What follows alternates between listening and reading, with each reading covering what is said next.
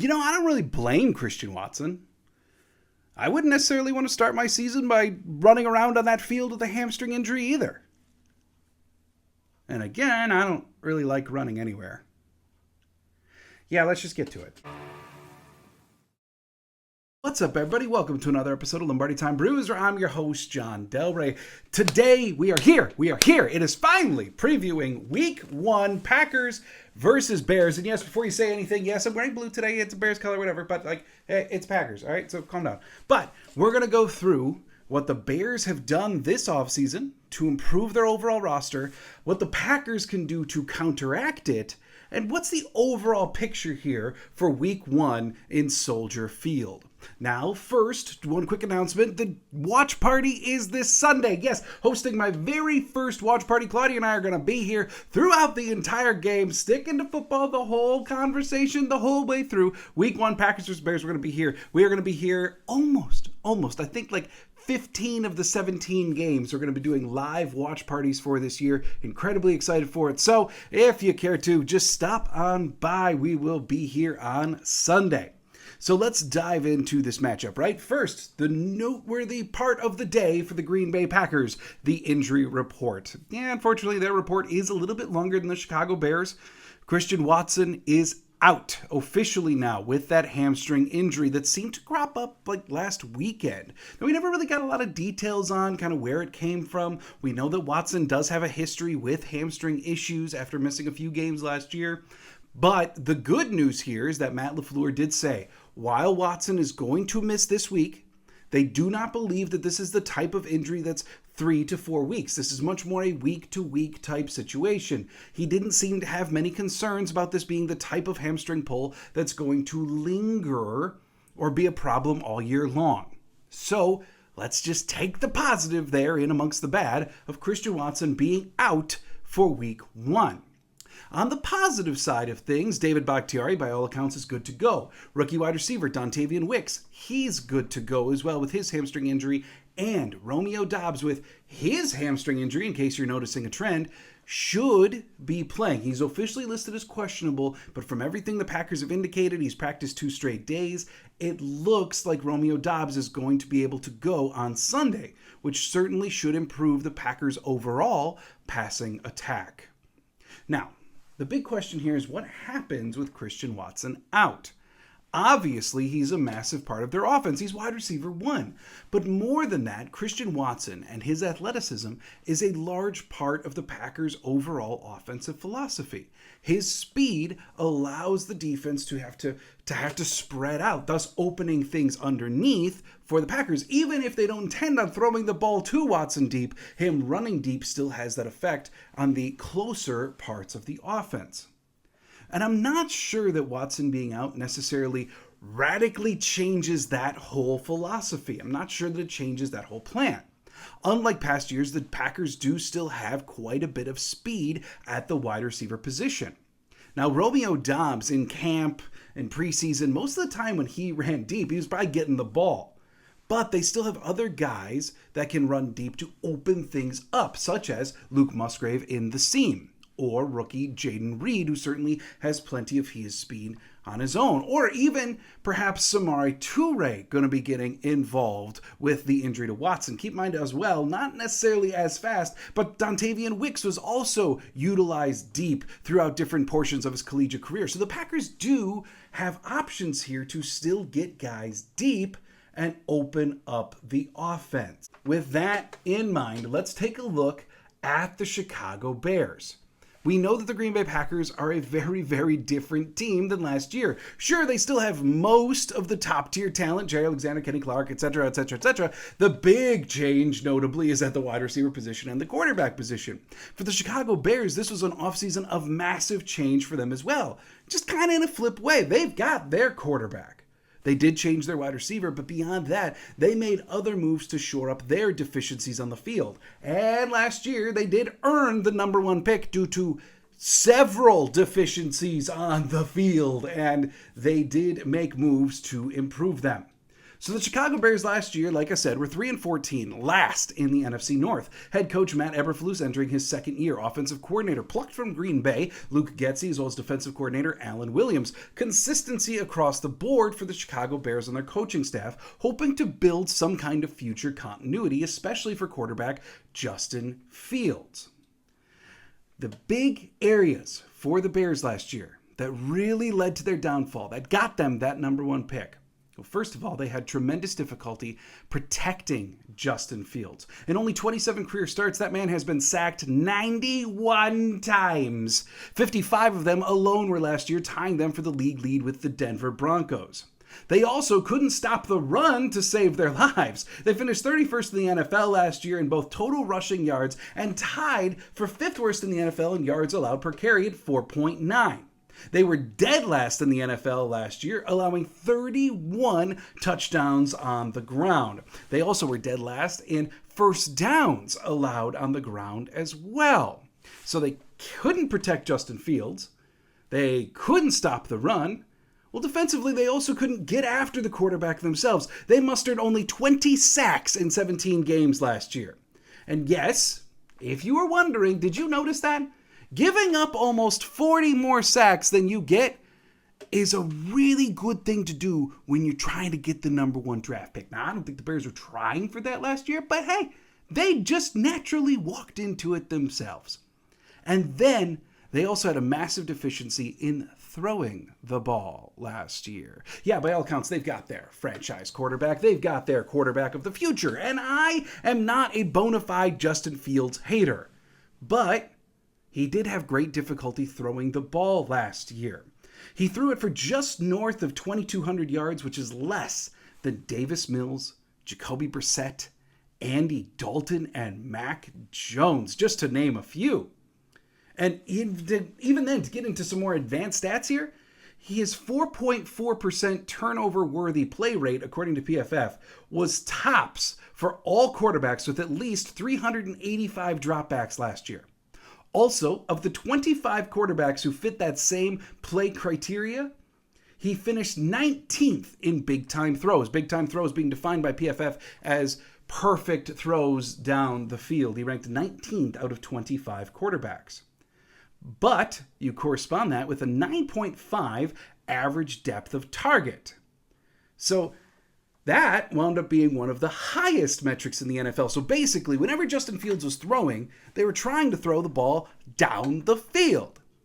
But given that he was 19th in big-time throws, it didn't work. The Bears tried to get the ball down, and he just couldn't do it for a number of different reasons, protection and wide receiver play very much included.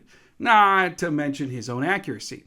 But still, those are two stats moving in very, very wrong directions for what you would hope they would be for a successful passing game. And that does nothing to speak of his turnovers. Last year, Justin Fields had 17 fumbles and 11 interceptions.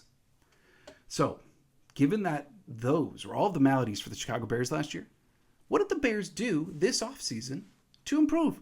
Well, having the number one draft pick, having over $100 million in cap room, gives you a certain amount of flexibility to go attack your issues. And the number one thing that they wanted to do was improve Justin Fields' weapons. They added DJ Moore.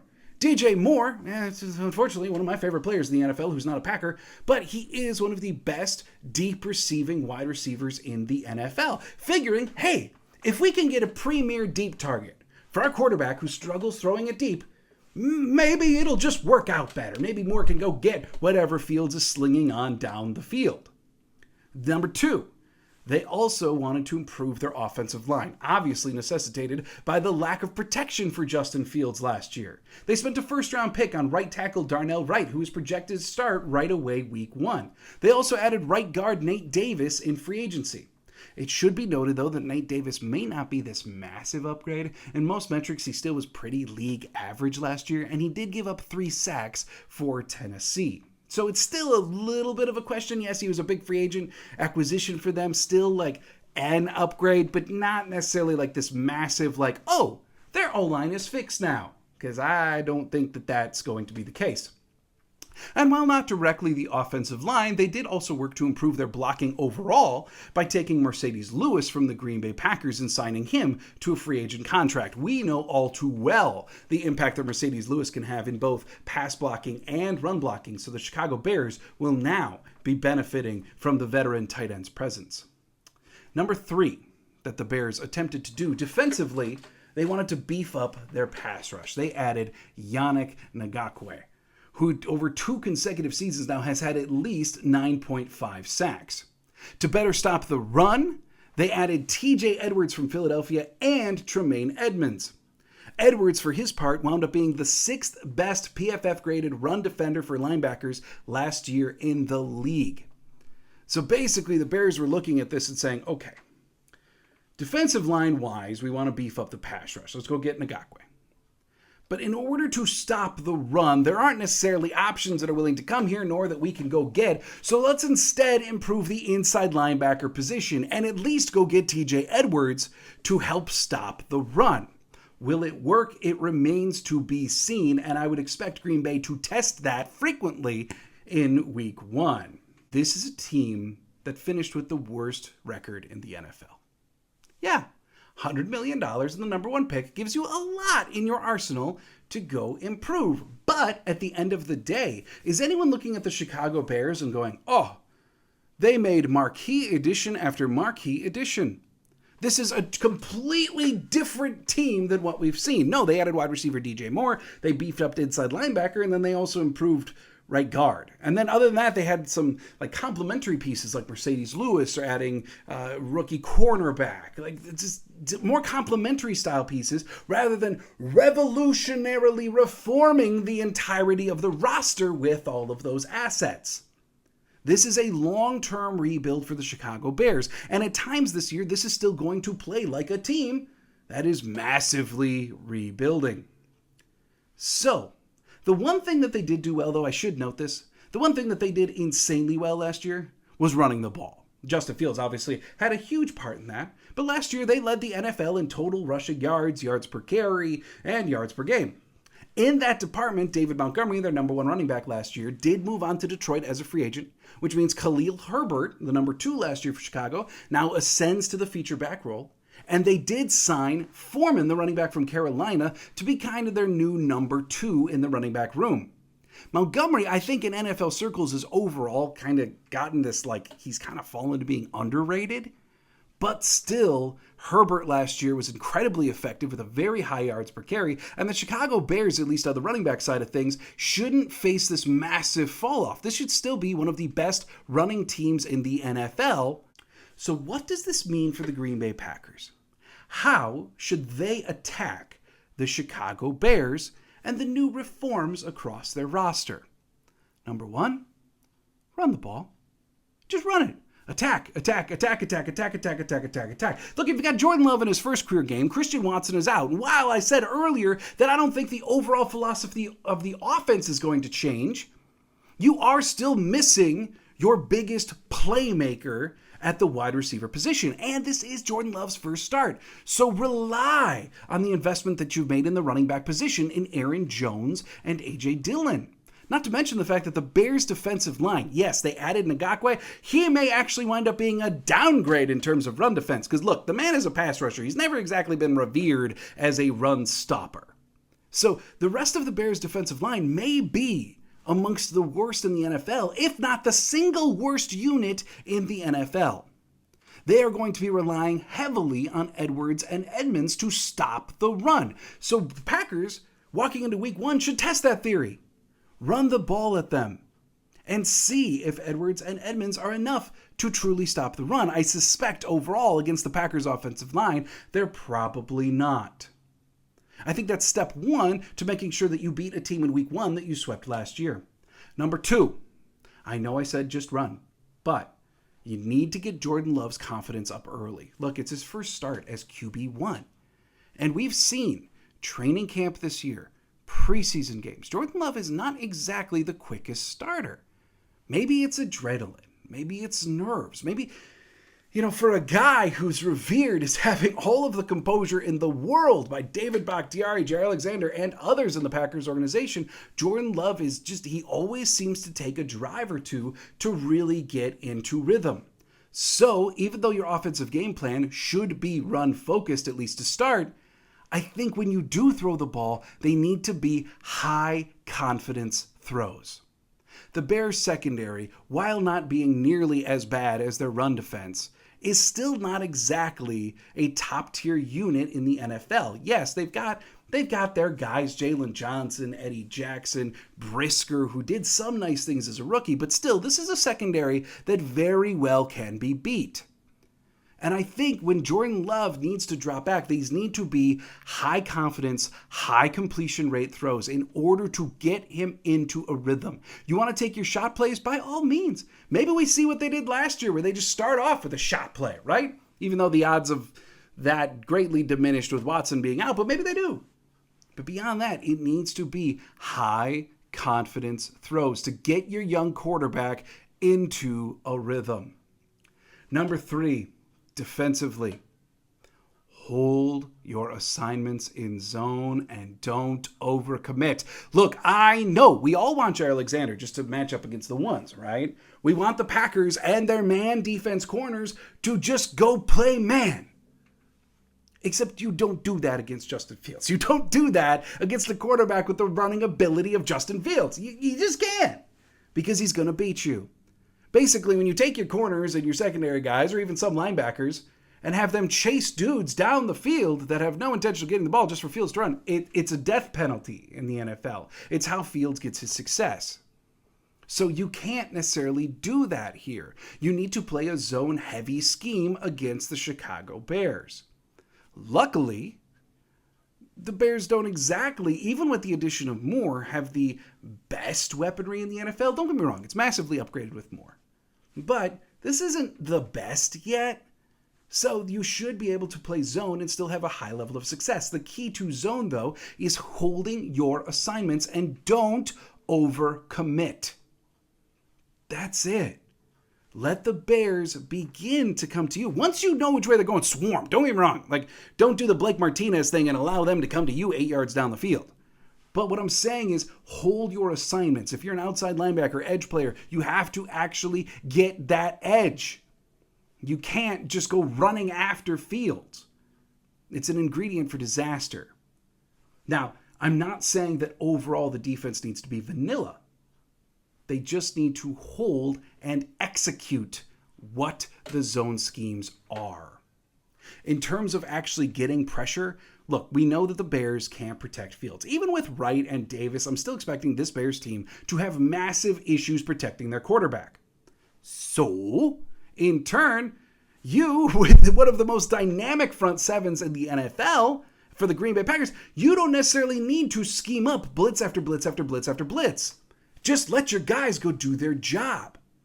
And if you're calling a pass rush, or if it's an obvious pass rushing play, then allow them to beat the offensive line. I just don't think that this is a game, in total, just to sum up the whole thoughts about the defense, this is a game where the Packers defensively should be relatively simple.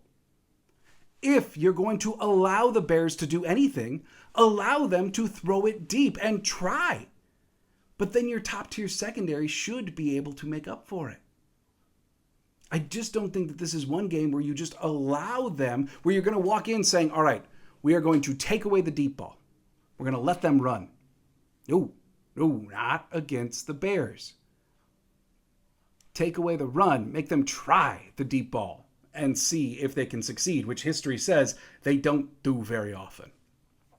Last key to the game, overall, actually play like you give a crap. The Packers, the last few years, haven't exactly done well in week 1, right? We all can acknowledge that. They've been bad. And part of it may be because a lot of the starters didn't play in preseason, and that's different this year. But overall, watching week 1 of the last couple of years, it looks like a mentality problem, doesn't it? That these guys they're not ready. They didn't wake up with their piss hot, like Matt LaFleur likes to say. But the era of those Packers should be gone now. right? For all last year, I was complaining about how the Packers just seemed to have this certain complacency about them, this certain level of ego that said, hey, yeah, I mean, I know how good I am. I don't really need to try that hard. So let's just go do our thing. And there wasn't necessarily the fire. We didn't see it defensively because they didn't swarm after ball carriers. We didn't see it necessarily offensively all that often. But the contingent that seemed to lead that attitude is predominantly gone. The Green Bay Packers are now the youngest team in the NFL. They also happen to be one of the most athletic teams in the NFL. The Bears are going to march out in week 1 like it's their Super Bowl. Because frankly, it kind of is. They've been talking all offseason about wanting to take down Green Bay. That's their thing. They want to take down Green Bay. And Green Bay's response has been like, okay, we're going to try to win every game. And that's what it should be. But it has to start in week 1. The Packers need to come out young, aggressive, athletic, and overall just playing like they give a damn. Overall, the Green Bay Packers are still by far the more talented team over the Chicago Bears. The Bears are in the midst of a long reclamation project. The Green Bay Packers, while moving from era to era, still have a lot of top-end talent. So, overall, my plan for this game is sit back, stay assignment sure, offensively enact death by 1,000 paper cuts, run the ball, give Jordan Love high confidence throws, just move the ball, and do it with some speed would be neat too. But start the season with a W on the road by relying on your execution. There will be other games this year that you want to air it out, that you want all of the highlight plays. Going against Chicago, that's not it. Stay assignment sure, get the win, and move on to week 2. It doesn't need to be a high-scoring game, nor frankly between these two teams should it be at this point. So my prediction, Packers take the game 17-13, and we, as Packer fans, can rest easy Sunday night. Thanks for joining me here on Lombardi Time Brews. Make sure you check out the watch party on Sunday for the game against the Bears. I hope you have an absolutely fantastic weekend, and as always, go Pack Go.